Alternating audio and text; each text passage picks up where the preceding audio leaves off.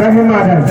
राजा जनक को सूचित हो मिथिला की रंगशाला में वेदाध्यायी कौलभूषण त्रिभुवन सम्राट स्वर्णमय जनता में निवास करने वाले राजा का पदार्पण हुआ है। तत्काल नेपाल को मेरे आगमन की सूचना दी जाए। जो आज्ञा महाराज के जीवन की जय जयकार। थोड़े पुराने श्री रावण जी का आगमन हुआ है। सेवक क्या कहा? श्री दशानंद जी का आगमन या और सुखद समाचार है? संसार ने श्री दशानंद जी का स्वभाव देखा है, स्वभाव नहीं देखा। आज स्वयं वो चलकर मिथिला आ गए हैं। यह तो चाहते हैं संसार के प्रत्येक राज्य के राजा को स्वयं बुला लेते हैं और उस राजा को इनके बुलाने पर जाना होता है। आज सेवक तुम भी धन्य हो गए। चाय बाटो लेके सर तुमसे यह कार्य वह दे रहे हैं और मैं तो एक विशेष धन्य हो गया है। ये पीरों की सभा है, अपूर्ण सभा है, जिस सभा में श्री दशानंद जैसे महायोद्धा, महाकृतित्व, महाज्ञानी, महापराक्रमी का आगमन न हुआ हो तो सभा ये अपूर्ण ही रहती। आज तो मात्र इनके आगमन से ये सभा पूर्ण हो गई। आज मैं इनके प्रभाव की और स्वभाव की दोनों की पूजा करता हूं। जय सेवक मैं स्वयं स्वागत करता हूं। माता केसी की गोद को या यूं कह दो उस जन्मदात्री महान माता के विशेष सपूत को लौकिक का प्रणाम। मिथिला का प्राण इस अधिवेशन के अधिष्ठान यम नियम आसन प्राणायाम प्रत्याहार ध्यान धारणा समाधि आदि प्रवचन सर्वांतमुखी प्रतिभा संपन्न शिष्टता सौम्यता शीलता सभ्यता सहिष्णुता के स्वामी सत्यवादी समदर्शी श्री श्री ध्वज यम नियमों का पालन करके आसन प्राणायाम प्रत्याहार ध्यान धारणा कर समाधि अभिनव सिद्ध कर दिया। जयकर शिव शंकर जय महाकाल की विजय। जय श्री शंकर।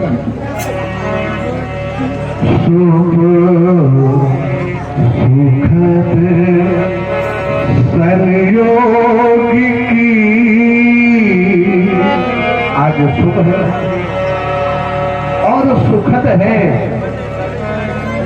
यह एक संयोग है, आपका आगमन ही संयोग है। इन सबका तो संयोग होता ही रहता है, किंतु आपका आगमन एक विशेष संयोग है, तभी तो शुभ है और मेरे लिए सुख है। तो ये घड़ियां जुड़ी है आज हृदय की बात कहता हूं। मेरे मन के मीत ये प्रतिकार क्या तू, ये स्नेह का सत्कार क्या तू, ये प्रेम का उपहार क्या करता हूँ कि बंधु तेरे सन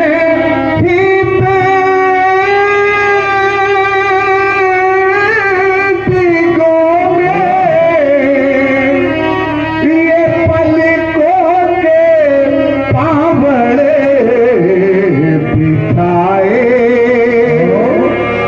और इस दिवस की प्रतीक्षा तो न जाने कब से मैं कर रहा था और प्राणों में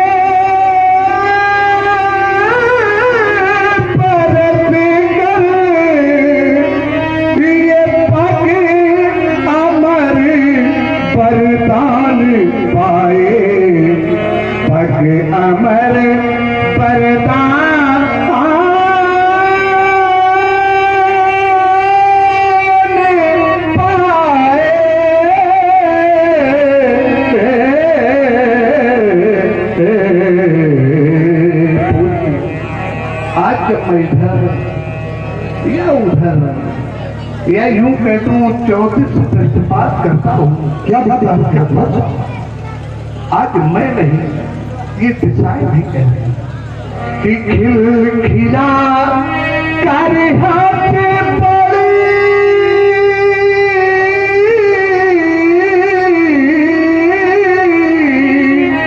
ये चाहो कुछ कहती कहिया लंकेश कर विचार करता हूं, फिर भी विचार नहीं कर पाता था। आज मेरी स्थिति और दशा कैसी है? अनेकानेक विचार किए सार्थक हुए। जब आपके जीवन के ऊपर विचार करता हूं तो विचार पूर्ण नहीं हो पाता। सोचता हूं आज आपकी उपमा में किससे दे दूं? संसार के लोग जब आपका नाम सुनते हैं तो नाम सुनकर बड़ा कठिन पाते हैं, और आज जब मैं आप साक्षात आपका दर्शन कर रहा हूं तो बड़ा सरल सरस निर्मल कोमल से सुसज्जित कलाओं से युक्त मैं पाता हूं। सारे उपमा के फूल झूठे हो गए, मेरा ध्यान एक उड़ गया ऋतुओं की ओर कि ऋतुओं का राजा कौन, प्रत्येक ऋतु में शोभा देने वाला कौन। तो पता चला फूल इसकी कोमल पखुड़ियां।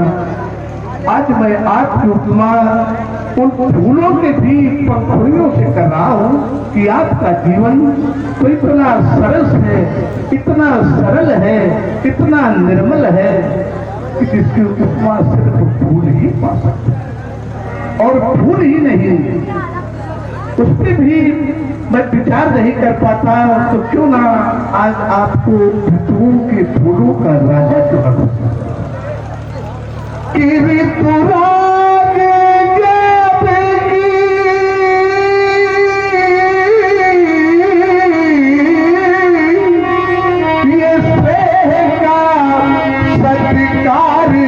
क्या दूं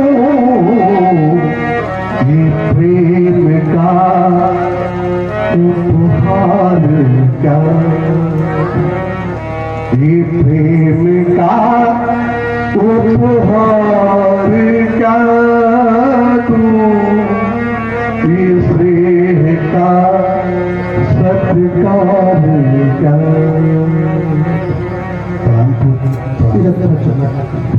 सुनिए आपकी मधुर वाणी सुनकर हृदय सरोज प्रफुल्लित हो गया। इतनी मधुर और विचार करने लगा कि व्यक्ति का गायन यदि इतना मधुर हो, वाणी में यदि इतनी मिठास हो, कारण क्या हो सकता है? विद्वानों के वचनों पर तो दृष्टिपात किया। एक विद्वान का मन आया कि वियोगी होगा पहला कवि, आह से निकला होगा गाना। सोच वियोगी होगा पहला कवि, किंतु ये वियोगी नहीं है, ये योगी ही है। और योगी होने के उपरांत भी इतनी मधुर वाणी, तो निश्चित रूप से उन विद्वानों का मत मेरी बुद्धि की कसौटी पर खड़ा नहीं है। फिर जब मैंने चिंतन किया तो पाया कि व्यक्ति की मधुर वाणी में यह निकलती है, तभी निकलती है। भैया चुपचाप खड़े हो यार, बगैर में खड़े हो बिल्कुल। जब वो कोई अपना अत्यंत प्रिय पात्र अपने सम्मुख आ जाता है, तभी उसके मुख से सुमन झलकते थे।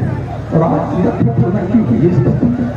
रावण के लिए फिर दृष्टिपात किया कि रावण के जीवन की उपमा सीरत भट्टनक ने पुष्प से विचार करने लगा कि सीरत भट्टनक ही ऐसा कर सकते। ब्रह्मज्ञानी सीरत भट्टनक समझ सकते हैं उनके आंतरिक भावना मैं पढ़ रहा हूँ भूत भवन भगवान भोलेनाथ के पवन प्रणाम।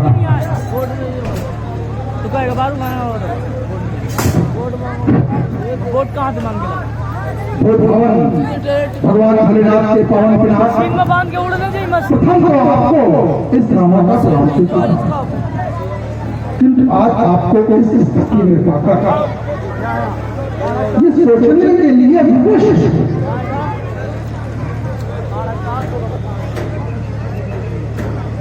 कि क्या यही मानवतावादियों का समाज है।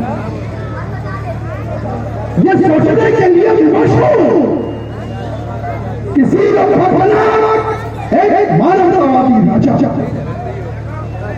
जिसके विषय में मैंने सुन रखा था कि जास ज्ञान रवि भव निश्चि नाशक, मिथिला की जनता, मिथिला के लोग, मिथिला के प्रवासी, जिनके लिए मैंने सुन रखा था बुद्धिमान ज्ञानी और यहाँ आकर जब मिथिला के वासियों और मिथिला के राजा जनक के कृतित्वों को स्वीकार करता हूँ तो पाता हूँ कि आचरण सुखियों से सर्वदा एक मानवतावादी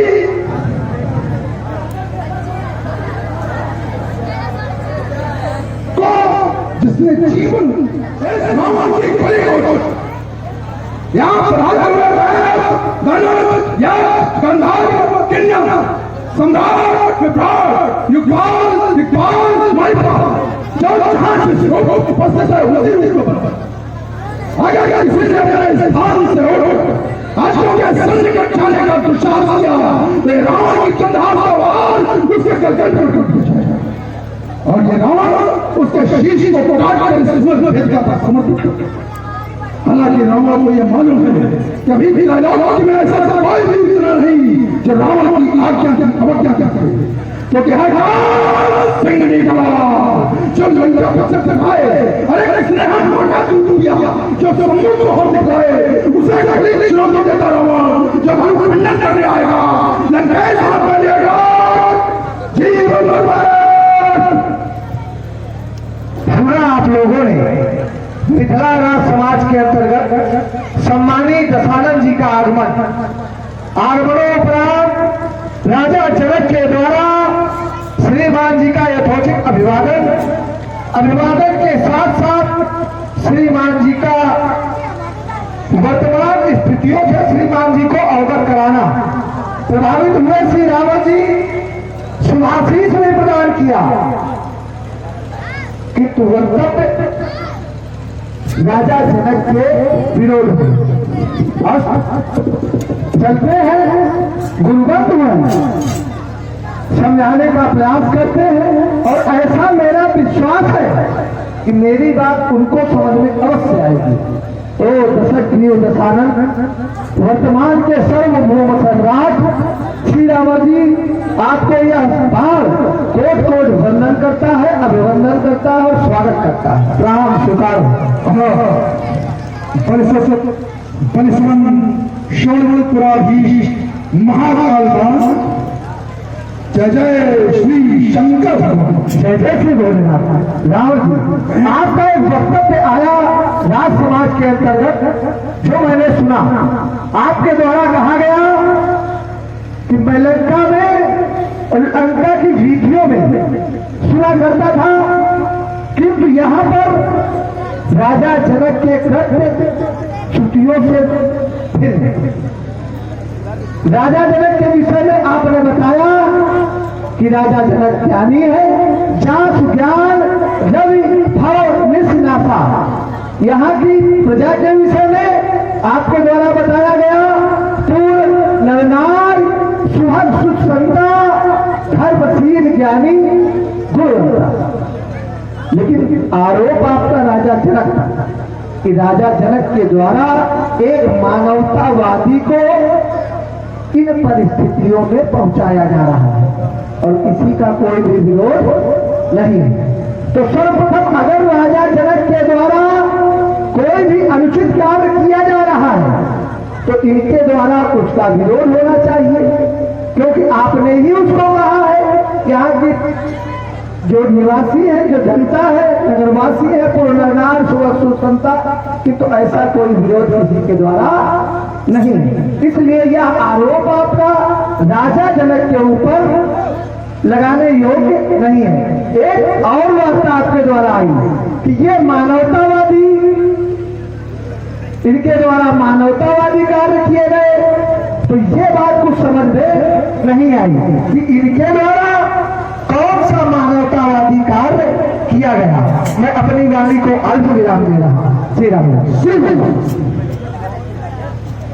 आपका ये कथन कि आपने राजा जनक की प्रजा के पर और राजा जनक पर आरोपित किए, क्या हमने गलत आरोपित किए? राजा जनक व्यक्तिगत स्वार्थ के कारण भगवान शंकर के आयुध को बलि की वेदी पर चढ़ाया। राजा जनक लोभ के कारण भगवान शंकर के आयुध को बलि की वेदी पर चढ़ाया। अगर मैंने ये कहीं सुना था दूर बैठकर राजा जनक के विषय में और राजा जनक की प्रजा के विषय में, यही तो मैं कह रहा हूं कि जब मैं मिथिला में आकर के उन उक्तियों पर प्रशंसा करता हूं जो मैंने सुना हुआ वो सर्वथा भी मैंने सुना कुछ, और जब मैं राजा जनक के मिथिला में आया तो क्या देखे कुछ। इसी पर तो मेरा प्रश्न आ सकती है। राजा जनक, तुम कह रहे हो राजा जनक की प्रजा को विरोध करना चाहिए, यही तो हमने कहा कि जिसकी प्रजा के लिए कहा जा रहा कि धर्मशील ज्ञानी मोहम्मदा, उसकी प्रजा ने इस कुकृत्य का विरोध क्यों नहीं किया? इसीलिए तो मैंने प्रश्न लगाया। तो इसमें तो मैंने नई बात कौन सी?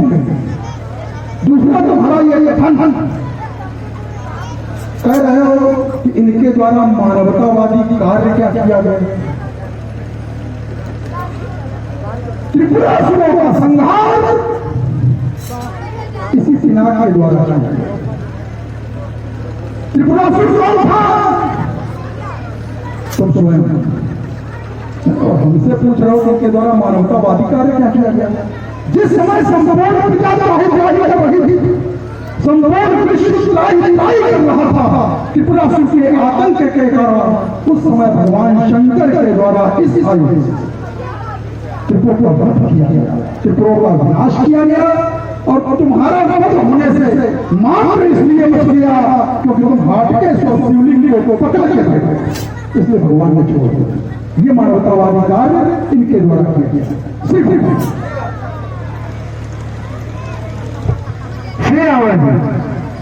देखिए वार्ता वही है।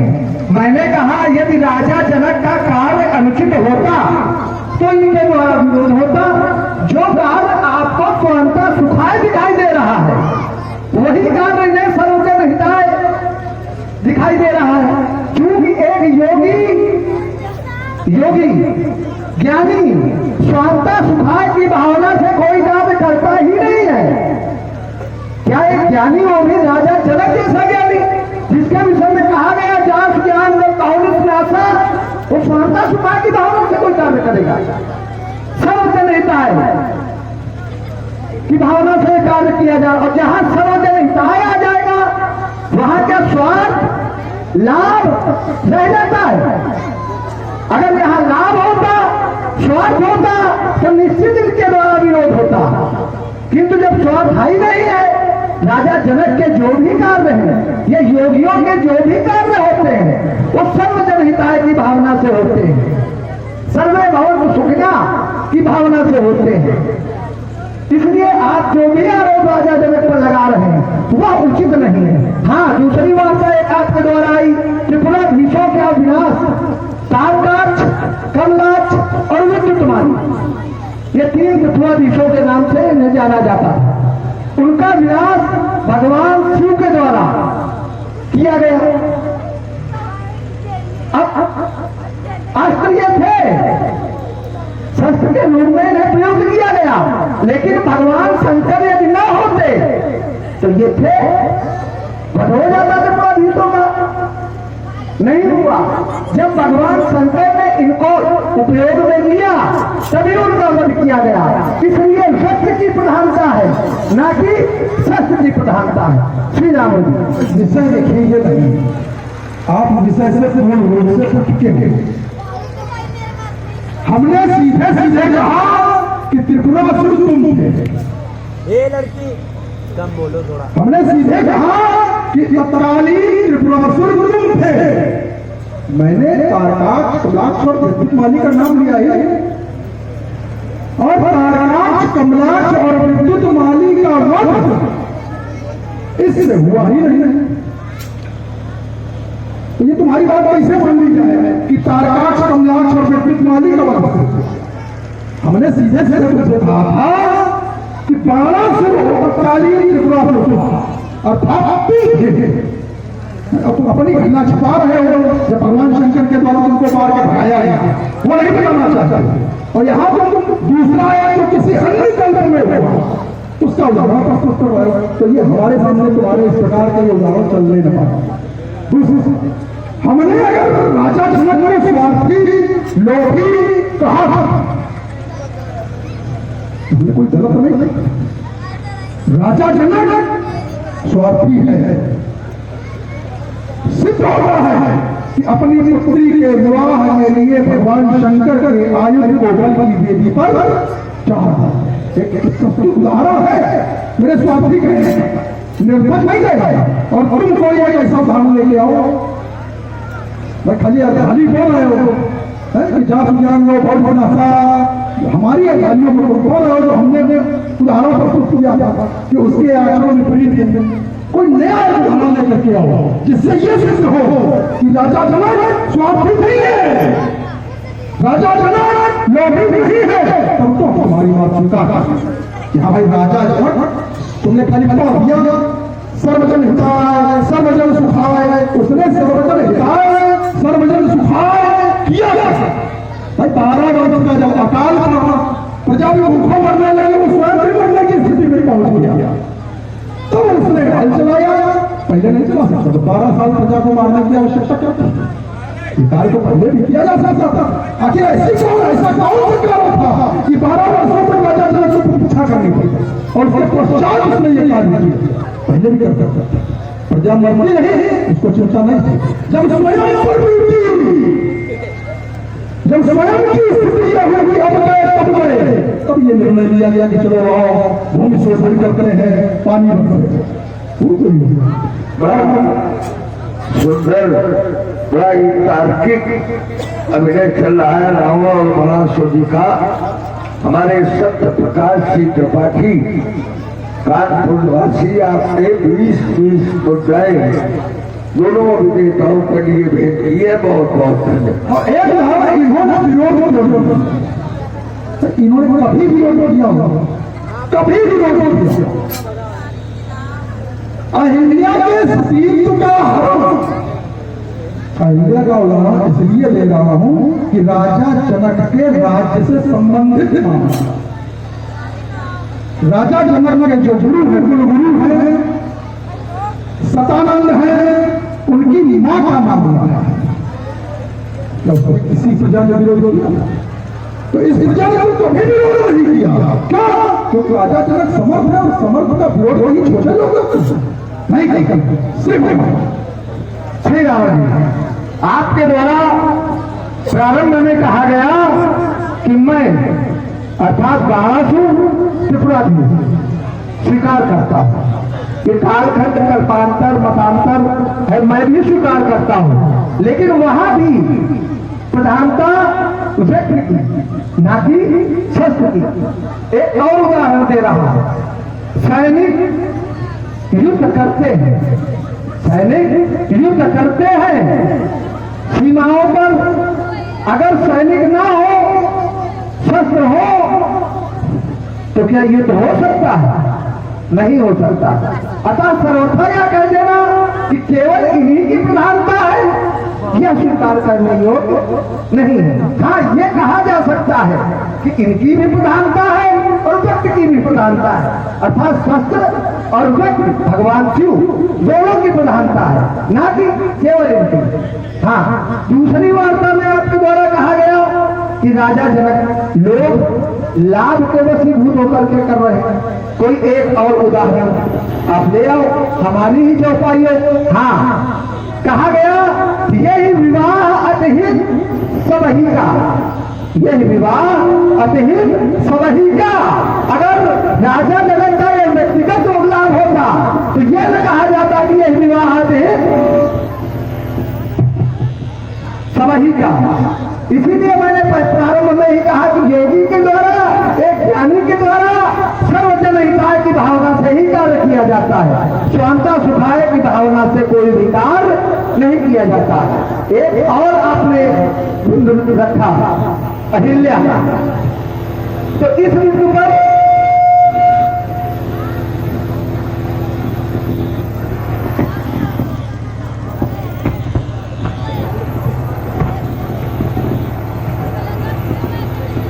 अहिल्या से संबंधित जो भी घटना हुई इनके द्वारा जो भी प्राप्त किया गया था उसका दंड इनको चंद्रमा को दोनों को मिल जा चुका।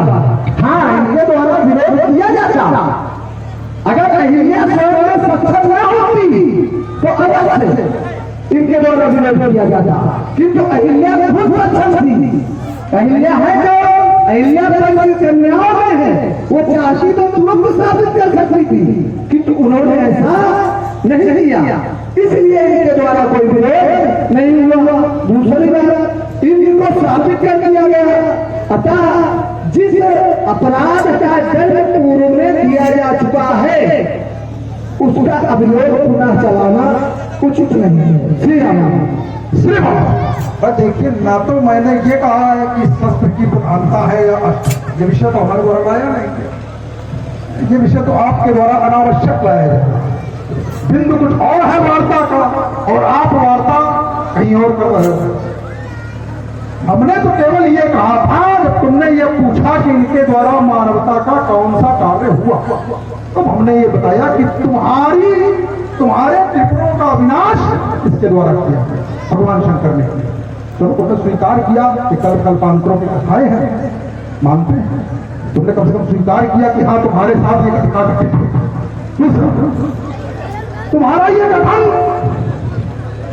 कि अहिल्या के लिए चंद्रमा को शापित किया जा चुका या इंद्र को शापित किया जा चुका, विषय ये नहीं। मूल बिंदु क्या था हमारी तुम्हारी वार्ता का? क्या इन लोगों के द्वारा विरोध किया गया, स्थापित किया नहीं किया, क्या हुआ, वो विषय अलग है। हम उस विषय पर चर्चा भी नहीं करेंगे। विषय केवल यह है कि कोई दुर्घटना इस राज्य के किसी व्यक्ति के साथ घटी, क्या यहाँ के जनमानस ने उस घटना का विरोध किया? कोई एक व्यक्ति हो इसने विरोध किया, गौतम और सतानंद को छोड़ दो। इसके अतिरिक्त अगर एक व्यक्ति ने समाज के विरोध किया, एक व्यक्ति, इसीलिए तो मैंने कहा कि राजा है, राजा के सामने कहां छोटा आदमी बोल पाता? क्या बोल पाता है राजा के सामने छोटा? नहीं बोल। हमने कहा था कि राजा जनक लोभी है, राजा जनक स्वार्थी है, उस पर तुम्हारी टिप्पणी नहीं है। और हमने कहा था एक उदाहरण दे देना परहित का कि राजा जनक के द्वारा एक परहित का कार्य हुआ, कोई एक का, हम तुम्हारी बात को स्वीकार करें। और मैं उदाहरण दे रहा हूं कि राजा जनक लोभी है, राजा जनक प्रसिद्धि का लोभी है, राजा जनक यश का लोभी है।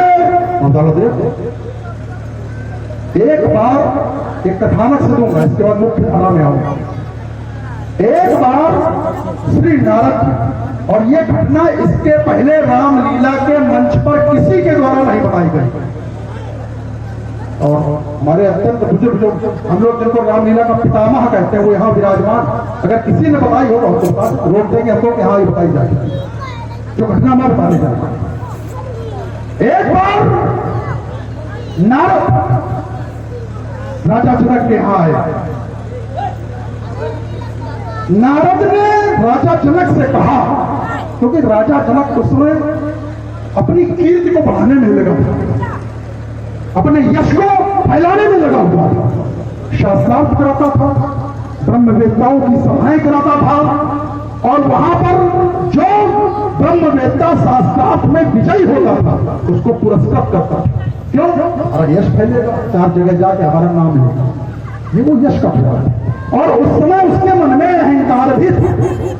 नारद जी जब गए और नारद जी ने वहां जाकर के कहा कि भगवान गणेश एक ऐसे ईश्वर हैं जिनके द्वारा इस सृष्टि को बनाया गया, जिसके द्वारा इस सृष्टि की रचना की गई है, वो ही सब करने वाले हैं। अहंकार के मद में चूर, यश के लोभ के मद में चूर, राजा जनक के द्वारा कहा गया नहीं, गणेश वैस कुछ नहीं, जो हूं मैं हूं, मेरे द्वारा ये सब कार्य किया जाता, मैं करता था। नारद मुनि को कहा समझ में आने वाली बात, पहुंच गए गणेश जी के पास, और गणेश जी से जाकर के उन्होंने कहा कि महाराज, मिथिला का राजा जनक ऐसा ऐसा आपके विषय में कहता है। गणेश जी ने एक पालक का रूप लिया, और उस समय राजा जनक दान कर रहे, वो बालक राजा जनक की समाज में पहुंचता है और राजा जनक से कहता है कि मुझे भूख लगी, मेरी क्षुधा को शांत करो। राजा जनक कहता है इसको भोजन कराओ। भोजन कराया गया। उस बालक रूपी गणेश ने सारा भोजन राजप्रासाद का समाप्त कर दिया। सूचना राजा जनक के पास पहुंची, वो ऐसा बालक है कि उसने तो जितना भोजन यहां बना हुआ था सारा का सारा खाया। कहने लगे कोई बात नहीं, इसको सूखा अन्न दो। तो राजा जनक के खाद्यान्न में जो गेहूं, चावल इत्यादि अनाज पड़ा हुआ था वो सब उस बालक के सामने रखा गया। उस बालक ने उन सबका भी भोग लगाना सूखा बंद किया और उनको सबको भी समाप्त कर दिया। राजा जनक को लगा कि ये तो मुझसे बहुत बड़ी गलती हो गई, इसका मतलब है कि कोई अन्य व्यक्ति है। राजा जनक वहां आए और कहने लगे महाराज मेरे यहां सब खत्म हो चुका है। तो गणेश, बाल रूपी गणेश ने कहा कि महाराज खत्म हो गया हो या जो हो गया हो, मेरी भूख भी शांत नहीं हुई, मेरी भूख को आप शांत करें। गणेश, राजा जनक ने कहा आप प्रजा के पास जाओ, प्रजा से भोजन करो, हो सकता है कोई आपकी भूख शांत कर दे। बाल रूपी गणेश प्रजा में जाते हैं। जो जो अहंकारी और दंभी लोग थे उनके अहंकार का भक्षण करते हैं, जैसे राजा जनक के अहंकार का भक्षण किया। अंत में एक बिरजा नामक मनुष्य था, बहुत गरीब था, बहुत निर्धन था और गणेश जी का भक्त था। उसके यहां भोजन करने के लिए कुछ नहीं था, लेकिन वो दूध को तोड़ करके, दूध अर्थात घास को तोड़ करके भगवान गणेश की पूजा किया करता। भगवान गणेश ने उसका दरवाजा खटखटाया और कहा मुझे भूख लगी है, मुझे भोजन कराओ। उसने कहा महाराज भोजन तो कुछ है नहीं मेरे को, हम लोग तो स्वयं 4 दिनों से भूखे हैं। कह रहे नहीं, तुमने तुम्हारे भगवान है उनको भोग लगाया, वो कहां से आया? कह रहे महाराज वो तो हमने दूध का भोग लगाया। कह दूध लिया। उस मिर्चा नामक व्यक्ति ने वो चढ़ी हुई गणेश जी की दूध उठा करके उस बाल रूपी गणेश को दी और उस बाल रूपी गणेश ने उस दूध का सेवन किया। दूध का सेवन करते ही उसकी जिभा शांत हो गई, क्योंकि प्रेम से वो समर्पण किया गया, अहंकार से नहीं किया गया। और आप इस समाज के अंतर्गत बता दें कि भगवान गणेश की पूजा में दूध अत्यंत आवश्यक है। दूध से पूजन होता है, उसका कारण ये नहीं मालूम होगा समाज में आज तक किसी ने नहीं बताया। बड़े बड़े पंडित पुजारी योजना कौन कौन आए हो, किसी ने यह नहीं बताया होगा कि भगवान गणेश की पूजा दूध से क्यों होती है। चलिए एक कथानक तो मैंने समाज को बताने के नहीं बताया, समाज की जानकारी में है। इच्छा था कि राजा जनक लोभी है और मैंने अपनी बात से सिद्ध किया कि यश का लोभी है। अब अगर तुम सिद्ध कर पाना कि राजा जनक परमार्थी है, सर्वे भवन की सुना है, तो तुम सिद्ध कर देना, नहीं तो दैत्येंद्र बल के शिव भक्ति क्यों ठुकराई है? श्री शंभु के अपमान की यह नीति क्यों अपनाई है? जब निज इच्छा का वर्ताय किया, ये अंग का अवतार है, तो जात का खंडन कराना शंभु का अपमान है। जाने झटकने और छोटी तुम्हें फिराई है, श्री शंभु के अपमान की यह नीति क्यों अपनाई? श्री राम आपके द्वारा प्रारंभ में जो कहा गया कि अहिल्या के प्रकरण में इनका विरोध है, तो मेरा ध्यान वहीं पर है कि विरोध यदि व्यक्ति सक्षम है स्वयं खंडित करने के लिए, तो उसका विरोध तो होगा जब तक सक्षम ना हो। कोई घटना घटी, किसी के साथ कोई दंड कार्य हुआ, यदि वह खुद दंड दे रहा है तो दूसरे को दंड देने की आवश्यकता क्यों? और इसी जगह से मैं भी कहना चाहूंगा, नहीं ये थोड़ी बढ़िया बात बताई आप कह रहे हैं व्यक्ति अगर सक्षम है तो समाज विरोध क्यों करेगा? अभी यहाँ पर पकड़ करके यहाँ पर मैं किसी को मारना शुरू करूँ समाज के अंतर्गत, मैं सक्षम हूँ, रावण है, रावण त्रैलोक की विजेता है, किसी को भी मार सकता है। क्या समाज के लोगों को यह नहीं कहना चाहिए कि रावण के द्वारा ये गलत हो? यह रावण जो अत्याचार समाज में कर रहा है, रावण तो सक्षम है, पूरा ग्रंथ भरा पड़ा रावण के अत्याचारों है कि रावण ने ये किया, रावण अनाचारी, रावण पापाचारी, रावण दुराचारी। एक बात की दो परिभाषाएं नहीं हो सकती कि एक जगह अगर व्यक्ति सक्षम है तो उसका विरोध नहीं किया जाएगा और एक जगह पूरा ग्रंथ भर दो, ये दो परिभाषाएं नहीं हो सकती। तो क्या आप फतेह का को अहिल्या के कब्जे से जोड़ रहे हैं? ये राजा जनक के कृत्य को अपने कब्जे से जोड़ रहे हैं? राजा के कृत्य को हम ना अपने जनक से जोड़, ना अपने कृत्य से जोड़ रहे हैं, राजा जनक। विषय पर आओ, विषय था कि जब अहिल्या के साथ ऐसा कार्य हुआ तो समाज के द्वारा विरोध क्यों नहीं किया गया? विषय ये था और अभी भी वहीं पर हुआ, एक व्यक्ति के द्वारा विरोध किया गया। आपने जो कहा कि अभी मैं किसी को पकड़ करके मारने लगूं तो क्या इनका विरोध अवश्य होगा। यदि आप अपने से कम बलशाली को मारने लगेंगे तो इनका विरोध होना चाहिए। अहिल्या के किसी कम बलशाली नहीं, अहिल्या के साथ यदि छल किया गया तो क्या अहिल्या कम बलशाली नहीं थी? अहिल्या स्वयं साबित कर सकती थी, क्यों नहीं इनको नहीं किया? उसके पीछे का कारण आप स्वयं जानते हैं, नहीं किया। विषय ये नहीं है, विषय अगर कर सकती थी तो क्यों नहीं किया? गौतम का इंतजार क्यों किया? सहमत नहीं, सहमत